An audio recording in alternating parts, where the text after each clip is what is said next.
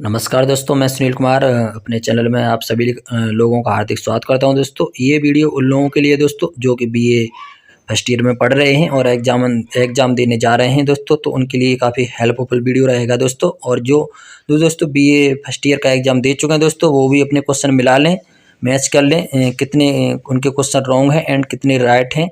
इससे उनको पता चल सकेगा दोस्तों कि वो कितने राइट क्वेश्चन करके आए एंड कितने रॉन्ग क्वेश्चन करके आए। तो दोस्तों, वीडियो स्टार्ट होने से पहले दोस्तों मैं आपको कुछ बेसिक जानकारी दे दूं। दोस्तों, मैं पहले बता दे रहा हूं दोस्तों, ये बीए फर्स्ट ईयर का पॉलिटिकल साइंस का पेपर है दोस्तों। बीए फर्स्ट ईयर का यानी कि फर्स्ट सेमेस्टर का पेपर है दोस्तों। अगर इस पेपर को पढ़ के जाते हैं दोस्तों, तो आप इसमें से 20-25 क्वेश्चन आसानी से आपके दोस्तों फंस जाते हैं। और दोस्तों, बेसिक जानकारी बता दूं, जब भी आप एग्जाम में बैठे दोस्तों, सबसे पहले आपको रोल नंबर डालना होता है। रोल नंबर अपना डाल लेंगे दोस्तों। उसके बाद में दोस्तों बुकलेट नंबर डालना होता है। बुकलेट जो नंबर दोस्तों होता है वो होता है ये वाला। तो आप इस नंबर को डालेंगे बुकलेट वाले ऑप्शन में। और दोस्तों, कैच नंबर जो डालना होता है दोस्तों, कैच नंबर ये होता है दोस्तों, ये कैच नंबर होता है दोस्तों। ये भी आपको ओएमआर शीट में डालना है। और उसके बाद में दोस्तों बेसिक जानकारी होती है दोस्तों, वो आप अपना भर लेंगे। और दोस्तों, ये जो पेपर होता है दोस्तों, वो होता है 1.5 घंटे का। इसमें दोस्तों 75 क्वेश्चन होते हैं। और दोस्तों, आपको नीचे दिखा देता हूँ उसमें निर्देश जो दिए हैं दोस्तों। प्रश्न पुस्तिका में 75 प्रश्न है। परीक्षार्थी को किन्हीं 50 प्रश्नों को दी गई ओएमआर उत्तर पुस्तिका पर ही हल करना है। परीक्षार्थी द्वारा 50 से अधिक प्रश्नों को हल करने की स्थिति में प्रथम 50 उत्तरों को ही मूल्यांकित किया जाएगा। तो दोस्तों, इसमें यह बताया गया है, अगर दोस्तों आप 50 क्वेश्चन किधर से भी करते हैं, जैसे 75 क्वेश्चन होते हैं, 75 में दोस्तों आप 50 कर लेते हैं दोस्तों, वो तो आपके काउंट होंगे ही होंगे। अगर दोस्तों 50 से ऊपर की काउंटिंग में जाते हैं तो दोस्तों प्रथम वाले 50 काउंट होंगे। तो दोस्तों, आप इस चीज़ को, बेसिक जानकारी को समझ गए होंगे दोस्तों। क्वेश्चन नंबर एक की तरफ चलते हैं। तो दोस्तों, क्वेश्चन नंबर 1 आपकी स्क्रीन पर आ चुका है दोस्तों। और इसमें जो पूछा गया दोस्तों, वो पूछा गया, निम्नलिखित में से कौन सा शब्द भारत के संविधान की उद्देशिका में नहीं है? समाजवादी नहीं है, या पद निरपेक्ष नहीं है, या प्रभुत्व संपन्न नहीं है, या लोक कल्याण नहीं है। तो दोस्तों, इसका जो करेक्ट आंसर होगा दोस्तों, वो होगा डी, लोक कल्याण। तो दोस्तों, इसका डी करेक्ट आंसर हो जाएगा, लोक कल्याण। अब चलते दोस्तों क्वेश्चन नंबर 2 की तरफ। इसमें पूछा है दोस्तों, भारतीय संविधान में निम्न में से कौन सी नागरिकता प्रदान करता है? दोहरी नागरिकता प्रदान करता है, या एकल नागरिकता, या राज्य की नागरिकता, या ए व बी दोनों? तो दोस्तों, इसका जो करेक्ट आंसर होगा वो होगा दोस्तों बी, एकल नागरिकता। तो दोस्तों, इसका बी सही जवाब हो जाएगा। और क्वेश्चन नंबर 3 आपके सामने है दोस्तों। इसमें पूछा है, मॉन्टेग्यू चैमफोर्ड सुधार कब प्रकाशित किए गए? 8 जुलाई 1918 को, या 8 जुलाई 1919 को, या 8 जुलाई 1920 को, या 8 जुलाई 1921 को? तो दोस्तों, इसका जो करेक्ट आंसर होगा दोस्तों, वो होगा 8 जुलाई 1919 को जी। तो इसका सही जवाब दोस्तों बी हो जाएगा, 8 जुलाई 1921 को। अब चलते हैं दोस्तों क्वेश्चन नंबर 4 की तरफ। इसमें पूछा दोस्तों, बारदोली सत्याग्रह के साथ किस नेता का संबंध है? तो दोस्तों बताइएगा, महात्मा गांधी के साथ है, या मुंशी के साथ है, या जवाहरलाल नेहरू के साथ है, या सरदार पटेल के साथ? तो दोस्तों, इसका जो करेक्ट आंसर होगा दोस्तों, वो होगा डी, सरदार पटेल। तो दोस्तों, इसका डी सही जवाब हो जाएगा। क्वेश्चन नंबर 5 आपके सामने दोस्तों आ चुका है। इसमें पूछा है दोस्तों, मौलिक अधिकारों का संरक्षक कौन है? संसद है, या सर्वोच्च न्यायालय है, या संविधान है, या भारत सरकार है? इसका जो दोस्तों करेक्ट आंसर होगा वो होगा दोस्तों बी, सर्वोच्च न्यायालय। यानी कि दोस्तों आपको बी इसका सही जवाब हो जाएगा। अब क्वेश्चन नंबर 6 आ चुका है दोस्तों। इसमें पूछा है, उच्च न्यायालय के न्यायाधीशों की सेवानिवृत्ति आयु क्या है? 65 वर्ष है, या 60 वर्ष है, या 58 वर्ष है, या 62 वर्ष है? इसका जो दोस्तों करेक्ट आंसर होगा दोस्तों, वो होगा डी यानी कि 62 वर्ष। तो दोस्तों, इसका डी सही जवाब है। क्वेश्चन नंबर 7 आ चुके हैं दोस्तों। इसमें पूछा है दोस्तों, राज्य की नीति निर्देशक तत्वों का उद्देश्य है साम्यवादी राज्य की स्थापना करना, या लोक कल्याण राज्य की स्थापना करना, या पूंजीवादी राज्य की स्थापना करना, या अध्यात्मक लोकतंत्र की स्थापना करना? तो दोस्तों, इसका जो करेक्ट आंसर होगा दोस्तों, वो होगा बी, लोक कल्याणकारी राज्य की स्थापना करना। तो दोस्तों, इसका बी सही जवाब हो जाएगा। अब चलते दोस्तों क्वेश्चन नंबर नेक्स्ट की तरफ। इसमें पूछा दोस्तों, भारतीय राष्ट्रीय कांग्रेस की स्थापना किसके द्वारा की गई थी? ए ओ हयूम, या बिपिन चंद्र, या बाल गंगाधर तिलक, या महात्मा गांधी? तो दोस्तों, इसका जो करेक्ट आंसर होगा दोस्तों, वो होगा ए ओ हयूम। तो दोस्तों, ये इसका सही जवाब हो जाएगा। अब चलते हैं दोस्तों क्वेश्चन नंबर नेक्स्ट की तरफ।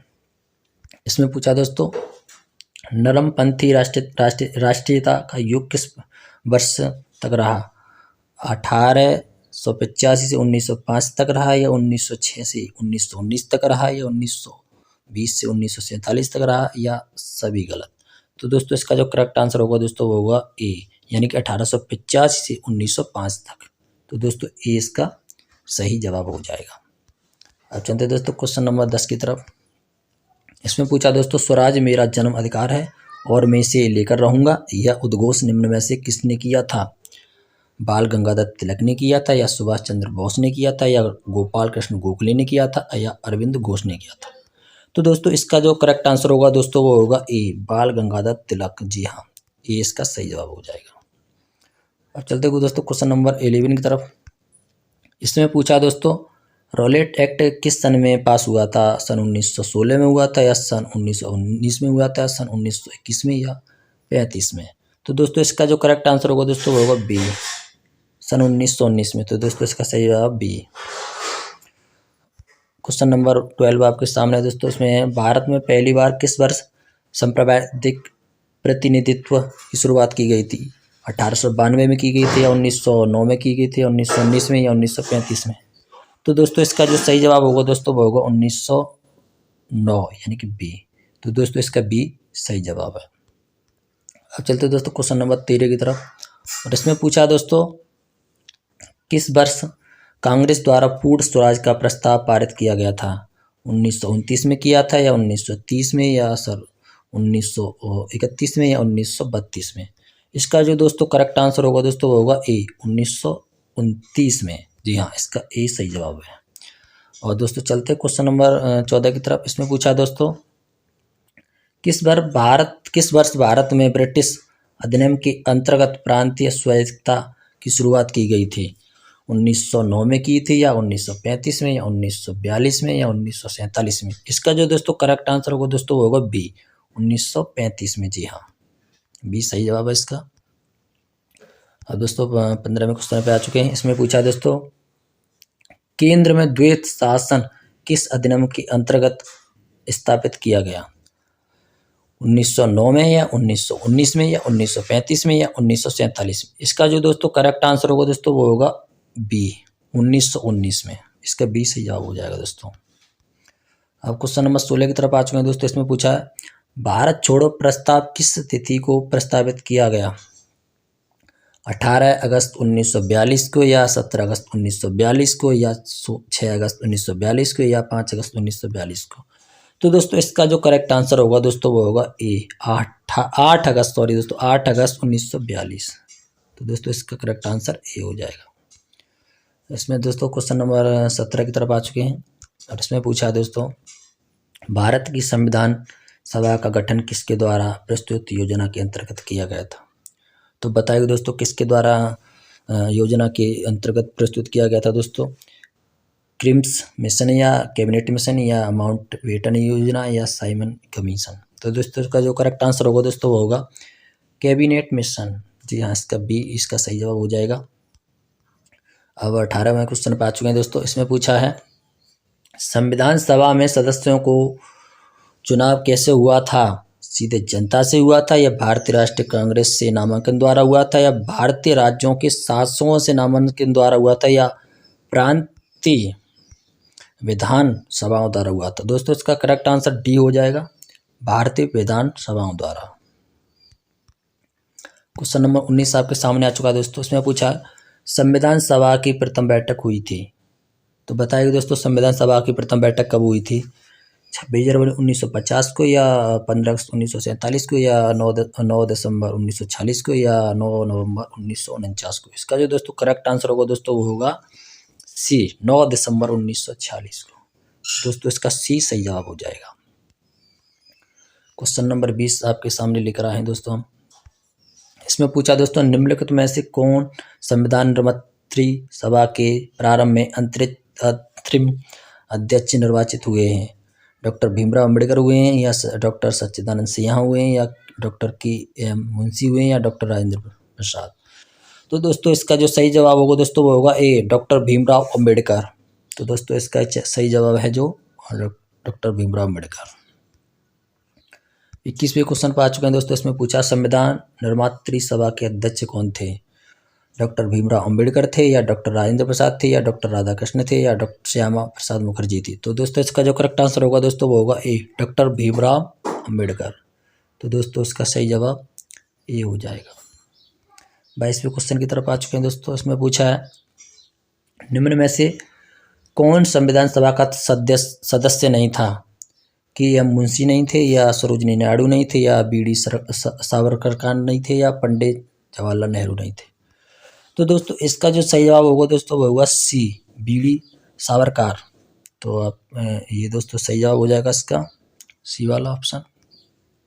23वें क्वेश्चन की तरफ आ चुके हैं दोस्तों। इसमें पूछा संविधान सभा में उद्देश्य प्रस्ताव निम्न में से किस एक के द्वारा प्रस्तुत किया गया था? डॉक्टर राजेंद्र प्रसाद द्वारा या पंडित जवाहरलाल नेहरू द्वारा या डॉक्टर भीमराव अंबेडकर द्वारा या डॉक्टर बीडी देशमुख द्वारा। तो दोस्तों इसका जो करेक्ट आंसर होगा दोस्तों वो होगा बी, पंडित जवाहरलाल नेहरू। तो दोस्तों ये भी इसका सही जवाब हो जाएगा। क्वेश्चन नंबर दोस्तों 24 की तरफ आ चुके हैं। इसमें पूछा दोस्तों भारतीय संविधान सभा के प्रारूप समिति के अध्यक्ष कौन थे? डॉक्टर भीमराव अंबेडकर थे या डॉक्टर राजेंद्र प्रसाद थे या डॉक्टर सच्चिदानंद सिन्हा थे या डॉक्टर सी राजगोपालाचारी थे। तो दोस्तों इसका जो करेक्ट आंसर होगा दोस्तों वो होगा ए, डॉक्टर भीमराव अंबेडकर। तो इसका सही जवाब होगा दोस्तों ए, डॉक्टर भीमराव अंबेडकर। 25वें क्वेश्चन पर आ चुके हैं दोस्तों। इसमें पूछा दोस्तों भारत की संविधान सभा का कानूनी सलाहकार कौन था? डॉक्टर भीमराव अंबेडकर थे या के एम मुंशी थे या एच एन कुंजरू थे या बी एन राव थे। तो दोस्तों इसका जो सही जवाब होगा दोस्तों वो होगा डी, बी एन राव। तो दोस्तों आप डी इसका सही जवाब हो जाएगा। क्वेश्चन नंबर 26 की तरफ आ चुके हैं दोस्तों। इसमें पूछा स्वतंत्र भारत का पहला भारतीय जनरल कौन था? डॉक्टर राजेंद्र प्रसाद थे या राजगोपालाचारी थे या एस राधाकृष्ण थे या सरदार वल्लभ भाई पटेल थे। तो दोस्तों इसका जो सही जवाब होगा दोस्तों वो होगा बी, राजगोपालाचारी। तो दोस्तों इसका सही जवाब बी हो जाएगा। क्वेश्चन नंबर 27 आ चुका है दोस्तों आपके सामने। इसमें पूछा दोस्तों भारत में एकल नागरिकता की अवधारणा अपनाई गई यूएसए से या कनाडा से या इंग्लैंड से या फ्रांस से। तो दोस्तों इसका सही जवाब जो होगा दोस्तों वो होगा सी, इंग्लैंड से। तो दोस्तों आप सी इसका सही जवाब हो जाएगा। अब चलते क्वेश्चन नंबर 28 की तरफ दोस्तों। इसमें पूछा दोस्तों संविधान के अनुच्छेद 280 का संबंध किससे है? नीति आयोग से है या चुनाव आयोग से है या लोक सेवा आयोग से या वित्त आयोग से है। तो दोस्तों इसका जो करेक्ट आंसर होगा दोस्तों वो होगा डी, वित्त आयोग। तो दोस्तों इसका सही जवाब डी हो जाएगा।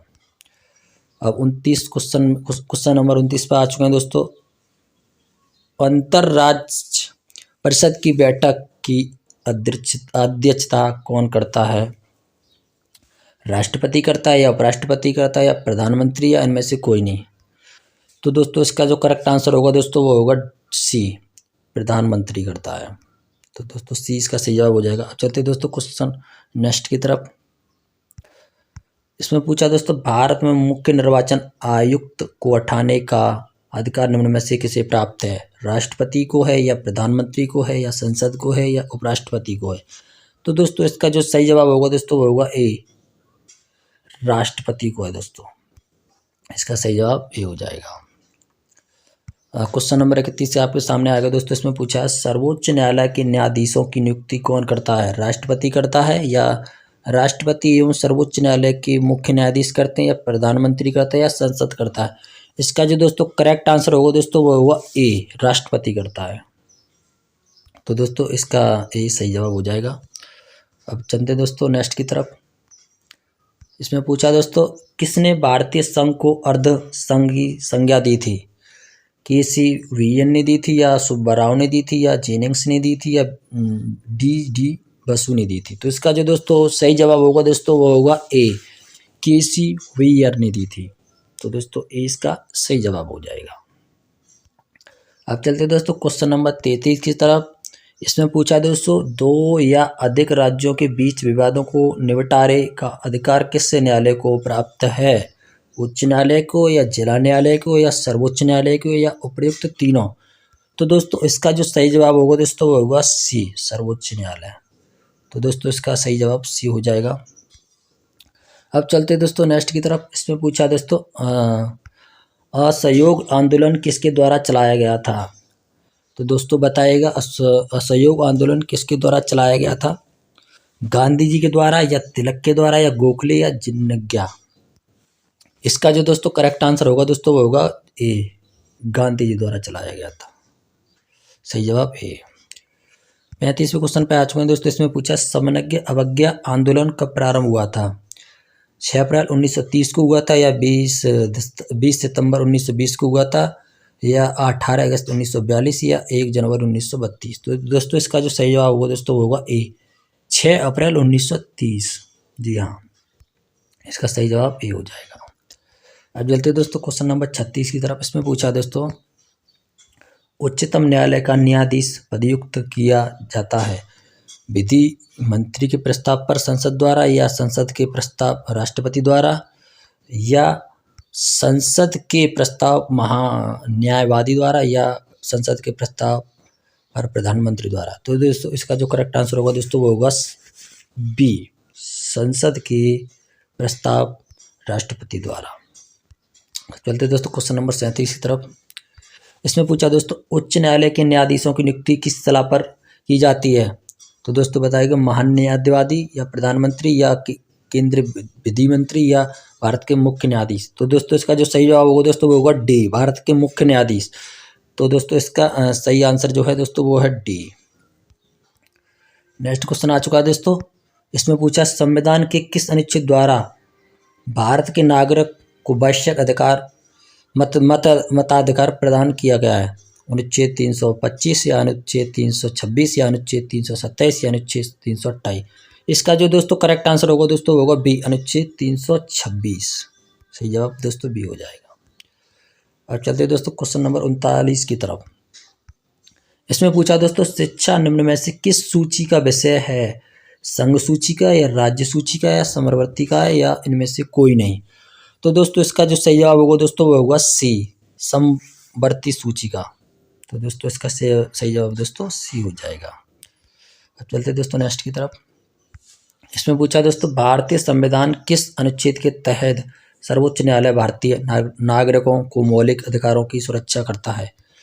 अनुच्छेद 14 या अनुच्छेद 56 या अनुच्छेद 16 या अनुच्छेद 32? तो दोस्तों इसका जो सही जवाब होगा दोस्तों वो होगा डी, अनुच्छेद 32। जी डी सही जवाब हो जाएगा इसका।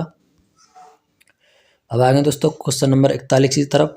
इसमें पूछा दोस्तों राज्यसभा के चुनाव के लिए अपेक्षित न्यूनतम आयु कितनी है? 25 वर्ष है या 30 वर्ष है या 32 वर्ष या 35 वर्ष? तो दोस्तों इसका जो करेक्ट आंसर होगा दोस्तों वो होगा बी, 30 वर्ष। जी हाँ, तो दोस्तों इसका सही जवाब बी। 42वें क्वेश्चन में देखते हैं दोस्तों। इसमें पूछा कोई विधेयक वित्त विधेयक है अथवा नहीं है, इसका निर्णय कौन करता है? सर्वोच्च न्यायालय का मुख्य न्यायाधीश या लोकसभा का अध्यक्ष या प्रधानमंत्री या इनमें से कोई नहीं? इसका जो दोस्तों करेक्ट आंसर होगा दोस्तों वो होगा बी, लोकसभा का अध्यक्ष, यानी कि बी दोस्तों इसका सही जवाब है। अब क्वेश्चन नंबर 43 की तरफ आएंगे दोस्तों। इसमें पूछा दोस्तों भारत में जनहित याचिका की शुरुआत करने का श्रेय किस न्यायाधीश को दिया जाता है? जस्टिस PN भगवती को या जस्टिस कानिया को या जस्टिस चंद्रचूड़ को या जस्टिस RN मिश्रा को? तो दोस्तों इसका जो सही जवाब होगा दोस्तों वो होगा ए, जस्टिस PN भगवती को। तो दोस्तों ए इसका सही जवाब हो जाएगा। अब चलते दोस्तों क्वेश्चन नंबर 44 की तरफ। इसमें पूछा दोस्तों राज्य के मंत्रिपरिषद सामूहिक रूप से किसके प्रति उत्तरदायी होती है? विधानसभा द्वारा या राष्ट्रपति या मुख्यमंत्री या विधान परिषद? तो दोस्तों इसका जो सही जवाब होगा दोस्तों वो होगा ए, विधानसभा। तो दोस्तों ए इसका सही जवाब हो जाएगा।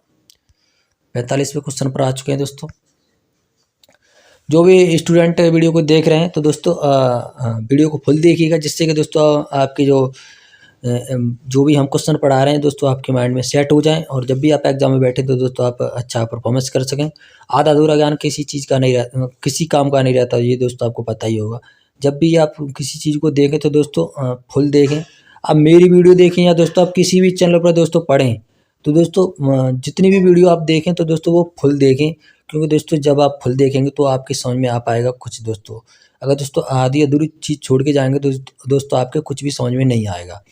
थोड़ा टाइम पढ़ाई के लिए निकाल रहे हो दोस्तों, अच्छी बात है। अगर दोस्तों ऐसा तो है नहीं कि आप व्यर्थ में अपना टाइम बर्बाद कर रहे हो, पढ़ाई के लिए दोस्तों कर रहे हो, बहुत अच्छी बात है। हम चाहते हैं दोस्तों आप अच्छा नंबरों से पास हों दोस्तों। उसमें जो पूछा दोस्तों 45वें क्वेश्चन में, मंत्रिपरिषद का कार्यकाल होता है 5 वर्ष का होता है, या 4 वर्ष का, या 6 वर्ष का, या राष्ट्रपति के संसद प्रसाद पर्यंत का। तो बताइएगा दोस्तों, जो उसमें बताइएगा दोस्तों इसमें क्या है, किसका सही आंसर क्या होगा, 5 वर्ष होगा, या 4 वर्ष, या 6 वर्ष, या राष्ट्रपति के प्रसाद पर्यंत। तो दोस्तों इसका जो सही जवाब होगा दोस्तों वो होगा ए, 5 वर्ष। तो दोस्तों ए इसका सही जवाब हो जाएगा। अब चलते हैं दोस्तों 46वें क्वेश्चन की तरफ। इसमें पूछा है दोस्तों, लोकसभा और राज्यसभा में गठपूर्ति संख्या है कुल सदस्य संख्या का 1/5 भाग, या कुल सदस्य का 1/6 भाग, या कुल सदस्यों का 1/10 भाग, या कुल सदस्य संख्या का 1/8 भाग। तो दोस्तों इसका जो करेक्ट आंसर होगा दोस्तों वो होगा सी, 1/10 भाग, इसका सही जवाब हो जाएगा। आगे दोस्तों 47वें क्वेश्चन पर। दोस्तों काफ़ी इंपॉर्टेंट क्वेश्चन है दोस्तों, आप इन्हें अगर याद कर लियो तो दोस्तों आने वाले एग्जाम में दोस्तों आप कम से कम दोस्तों 15-20 क्वेश्चन इसमें से आपको याद हो जाएंगे। और कुछ आप याद कर लें दोस्तों, मॉडल से पढ़ लें, या दोस्तों आप हमारे चैनल से जुड़ सकते हैं, और आपको दोस्तों हम संपूर्ण तैयारी करा देंगे जिससे कि आप पास हो जाएं अच्छे नंबरों से। तो दोस्तों 47वें क्वेश्चन की तरफ आगे। इसमें पूछा दोस्तों, लोकसभा के एक वर्ष में कम से कम दोस्तों लोकसभा में सॉरी दोस्तों हम बोलने में नहीं आ पा रहा है, लोकसभा के एक वर्ष में कम से कम कितने सत्र बुलाए जाते हैं, 2 बार, या 1 बार, या 4 बार, या 3 बार। तो दोस्तों इसका जो ऑप्शन होगा दोस्तों, यानी कि सही जवाब जो दोस्तों होगा वो होगा डी, 3 बार बुलाए जाते हैं दोस्तों। तो डी इसका सही जवाब हो जाएगा। 48वें क्वेश्चन पर आ गए दोस्तों। इसमें पूछा है, राष्ट्रपति राज्यसभा के कितने सदस्यों को मनोनीत करता है, 0.2, या 12, या 10, या 6। तो दोस्तों जो मनोनीत करता है दोस्तों वो करता है 12, यानी कि 20 का सही जवाब हो जाएगा। अब आगे दोस्तों 49वीं तरफ। इसमें पूछा दोस्तों, भारत की सुरक्षा सेना का मुख्य सेनापति है थल सेना का अध्यक्ष, या भारत का राष्ट्रपति, या रक्षा मंत्री, या प्रधानमंत्री। तो दोस्तों इसका जो सही जवाब होगा दोस्तों वो होगा भारत का राष्ट्रपति, यानी कि ऑप्शन 20 का सही जवाब हो जाएगा दोस्तों, बी पर टिक लगा लीजिएगा। 50वें क्वेश्चन पर आ चुके हैं दोस्तों। इसमें पूछा, निम्नलिखित में से किस संस्था के सदस्य जनता द्वारा प्रत्यक्ष रूप से चुने नहीं जाते हैं, लोकसभा द्वारा, या ग्राम पंचायत द्वारा, या विधानसभा द्वारा, या विधान परिषद द्वारा। तो दोस्तों इसका जो करेक्ट आंसर होगा दोस्तों वो होगा डी, विधान परिषद द्वारा। तो दोस्तों इसका डी सही जवाब हो जाएगा। अब चलते हैं दोस्तों क्वेश्चन नंबर 51 की तरफ। इसमें पूछा है दोस्तों, राज्यपाल किस प्रसाद पर्यंत अपने पद पर बना रहता है, प्रधानमंत्री, या राष्ट्रपति, या मुख्यमंत्री, या उच्च न्यायालय। तो दोस्तों इसका जो करेक्ट आंसर होगा दोस्तों वो होगा बी, राष्ट्रपति, इसका 20 सही जवाब हो जाएगा। अब आगे दोस्तों क्वेश्चन नंबर 52 की तरफ। इसमें पूछा दोस्तों, राज्य विधानसभा की अवधि क्या होती है, 6 वर्ष, या 5 वर्ष, या 4 वर्ष, या 7 वर्ष। तो दोस्तों इसका जो सही जवाब होगा दोस्तों वो होगा बी, 5 वर्ष। दोस्तों इसका बी सही जवाब हो जाएगा। अब आगे दोस्तों क्वेश्चन नंबर 53 की तरफ। इसमें पूछा दोस्तों, राज्य की वास्तविक कार्यपालिका अध्यक्ष है राज्यपाल है, या विधानसभा का अध्यक्ष है, या मुख्यमंत्री, या मुख्य सचिव। तो दोस्तों इसका जो सही जवाब होगा दोस्तों वो होगा सी, मुख्यमंत्री। जी हाँ, मुख्यमंत्री है इसका सही जवाब दोस्तों। अब क्वेश्चन नंबर 54 की तरफ आ चुके हैं दोस्तों। इसमें पूछा, भारतीय संविधान में किस संशोधन के परिणाम स्वरूप संपत्ति का अधिकार मौलिक अधिकारों से हटा दिया गया है, 42वें संशोधन, या 44वें संशोधन, या 43वें संशोधन, या 45वें संशोधन। इसका जो दोस्तों सही जवाब होगा दोस्तों वो होगा बी, 44वें संशोधन। जी हाँ, 44वें संशोधन द्वारा हटा दिया गया है। आगे दोस्तों 55 पर। तो दोस्तों इसमें पूछा, 1965 के भारत और पाकिस्तान के युद्ध के समय भारत का प्रधानमंत्री कौन था, JL नेहरू थे, या इंदिरा गांधी, या लाल बहादुर शास्त्री, या PV सिंह। तो दोस्तों जब भारत और पाकिस्तान के बीच युद्ध हुआ था, जब दोस्तों प्रधानमंत्री जो थे दोस्तों वो थे लाल बहादुर शास्त्री। तो करेक्ट आंसर दोस्तों सी हो जाएगा, इसका सी पर टिक लगा लीजिएगा दोस्तों, लाल बहादुर शास्त्री थे। अब आगे दोस्तों क्वेश्चन नंबर 56 की तरफ। इसमें पूछा दोस्तों, आज़ादी के समय लोकसभा का पहला स्पीकर कौन था, कि M मुंशी थे, या डॉक्टर राजेंद्र प्रसाद थे, या मवलंकर थे, या जगजीवन राम थे। तो दोस्तों इसका जो करेक्ट आंसर होगा दोस्तों वो होगा सी, GV मवलंकर। तो दोस्तों इसका करेक्ट आंसर सी हो जाएगा। अब आगे दोस्तों नेक्स्ट पर, इसमें पूछा राज्यसभा सदस्य कितनी अवधि के लिए निर्वाचित होते हैं? 3 वर्ष, 5 वर्ष, 4 वर्ष, 6 वर्ष।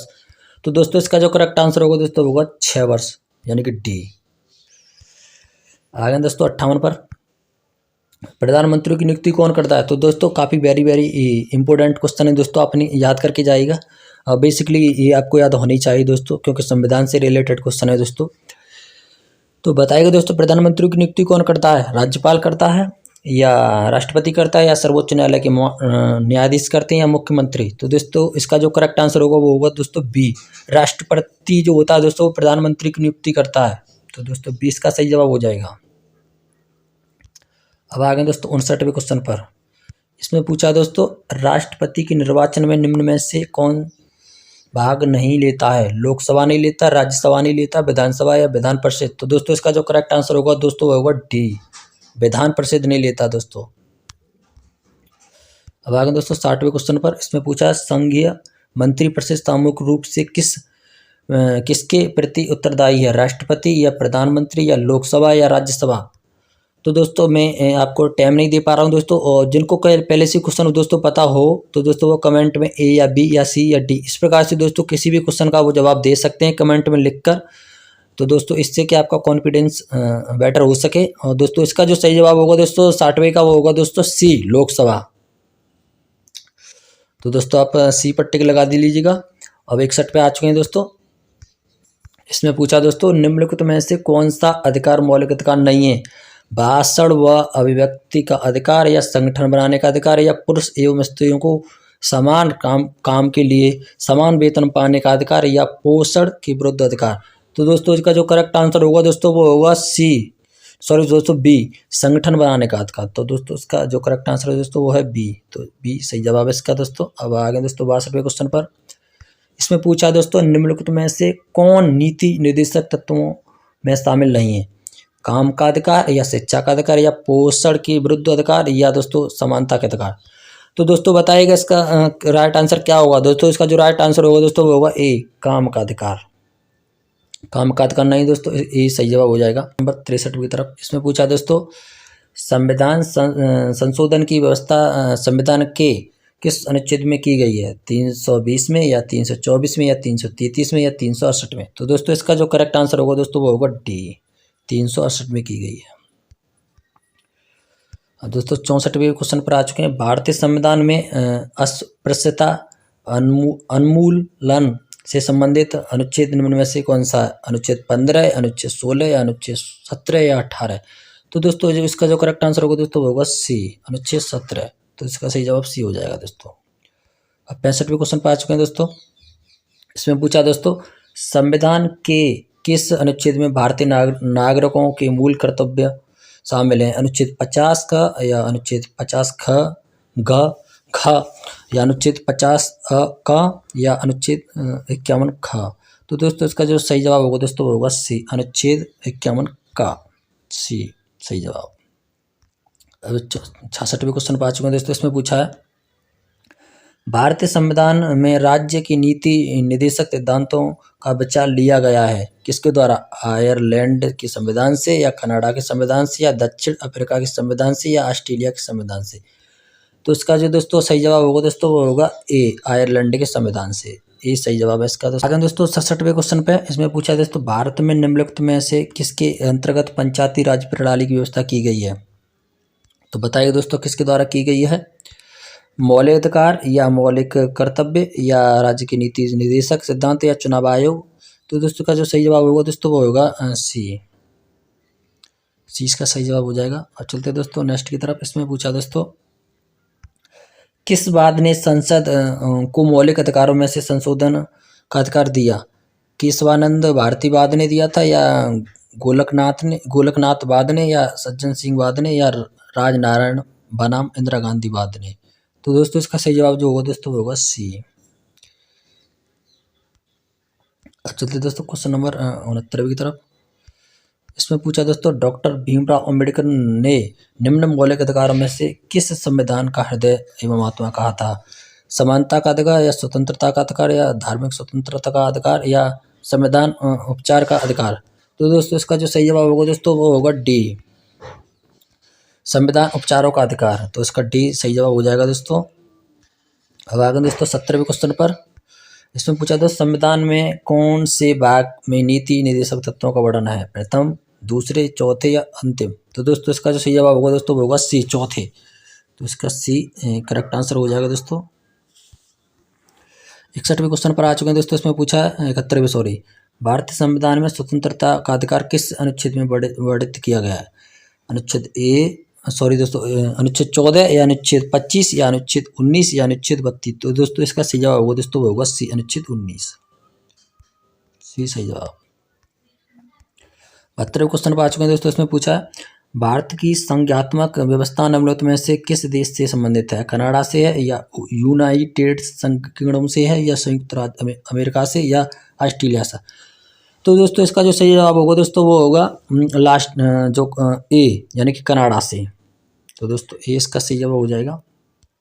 और दोस्तों क्वेश्चन नंबर 63 की तरफ 73 की तरफ आ चुके हैं। इसमें पूछा दोस्तों शिक्षा का अधिकार को किस वर्ष मौलिक अधिकारों में शामिल किया था, सन 2002 में या सन 2002 में या सन 2001 में या सन 2000 में या सन 2003 में। तो दोस्तों इसका सही जवाब जो होगा दोस्तों वो होगा सन 2002 यानी कि सी। तो दोस्तों सी इसका सही जवाब हो जाएगा। अब आगे दोस्तों 74वें क्वेश्चन में। इसमें पूछा दोस्तों समाजवादी तथा धर्मनिरपेक्ष शब्द संविधान की प्रस्तावना में सम्मिलित किए गए थे, 41वें संशोधन में या 42वें संशोधन द्वारा या 43वें संशोधन द्वारा या 44वें संशोधन द्वारा। तो दोस्तों इसका जो सही जवाब होगा दोस्तों वो होगा बी, 42वें संशोधन द्वारा। लास्ट क्वेश्चन रह चुका है दोस्तों इस पीडीएफ का, और जितने भी मैं क्वेश्चन पढ़ाया हूँ दोस्तों मेरे हिसाब से आपने पूरी देखे होंगे, और आप जब भी एग्जाम में जाएंगे, जब भी आप एग्जाम देंगे बीए फर्स्ट ईयर का, तो दोस्तों आपके लिए काफ़ी हेल्पफुल ये वीडियो रहेगी दोस्तों। इसमें पूछा दोस्तों लास्ट भी क्वेश्चन में यह है दोस्तों निम्नलिखित में से कौन सी भारतीय संविधान की विशेषता नहीं है। तो दोस्तों इसका जो लास्ट क्वेश्चन का आंसर होगा दोस्तों वो होगा बी, अध्याचात्मक सरकार। तो दोस्तों आप बी पर टिक लगा लीजिएगा। तो दोस्तों मैं सारे 75 क्वेश्चन करा दिया हूँ दोस्तों, और जो भी चैनल पर पहली बार आए हों दोस्तों वीडियो को देख रहे हों उन सभी से कहना चाहूँगा दोस्तों चैनल को सब्सक्राइब कर लें। इस चैनल पर दोस्तों हम आपको इसी तरह से वीडियो दिलाते रहेंगे और आपको आपकी एग्ज़ाम की अच्छे से अच्छी तैयारी कराएंगे, जिससे कि आपके एग्ज़ाम में अच्छे से अच्छे नंबर आ सकें। तो दोस्तों चैनल को सब्सक्राइब कर लें, वीडियो को लाइक कर दें और वीडियो को शेयर कर दें, जिससे कि आप तक जो हमारी वीडियो है दोस्तों वो समय पर पहुँच सकें और आप दोस्तों कोई भी वीडियो मिस ना कर सकें। वीडियो देखने के लिए बहुत बहुत धन्यवाद।